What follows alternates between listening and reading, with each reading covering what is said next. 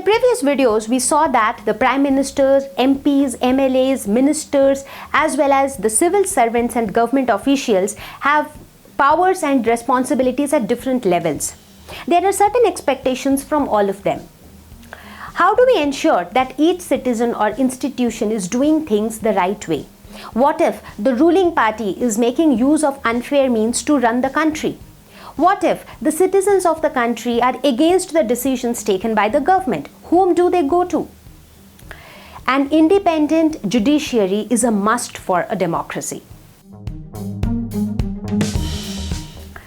So the judiciary of our country consists of the courts at different levels. It includes the Supreme Court at the country level, which is the highest court of appeal for civil and criminal cases. The Supreme Court handles cases between citizens of the country, between citizens and government, between state as well as central governments. Then comes the High Court, which is at the state level, and then comes the district and local courts at the district and local levels. Judiciary is independent of the government. The judges do not follow the government orders. Now you may ask, then who controls the judiciary? So the judiciary is controlled by the Chief Justice of India. Chief Justice of India is the highest authority in the judiciary system. The senior most judge in the Supreme Court becomes the Chief Justice of India. The judges of the Supreme Court and High Court are appointed by the President of India on advice of the Prime Minister in consultation with the Chief Justice of India.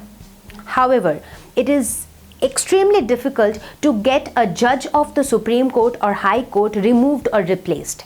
However, in extreme cases, if 2/3 of the Lok Sabha as well as Rajya Sabha appeal against a particular judge, then the judge can be removed. However, in the history of India, this has never happened. Let us quickly take a look at the powers of the judiciary in India. The Supreme Court and the High Court can interpret the Constitution. They do not allow the Parliament to change the basic principles of the Constitution. The judiciary can question or challenge the laws made by the legislative or the actions taken by the executive. If you remember the story of Mandal Commission, the story when in 1990 government issued an order stating that 27% of the civil services or the posts in government jobs will be reserved for people from socially and economically backward classes. So this brought about a lot of conflict in the people because a lot of people did not like this idea of reservation. So what happened? So many cases were filed in the court, and the Supreme Court finally gave an order saying that the order of Government of India was valid.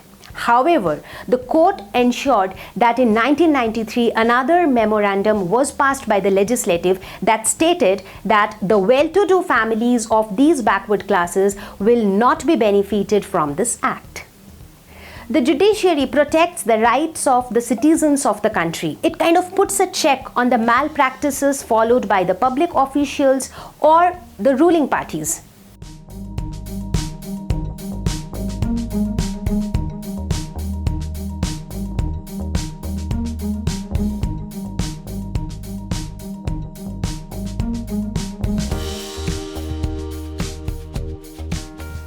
I hope you found this lesson on judiciary useful. So with this, we concluded this entire lesson on decision making, wherein we talked about the legislative, the executive, and the judiciary in detail.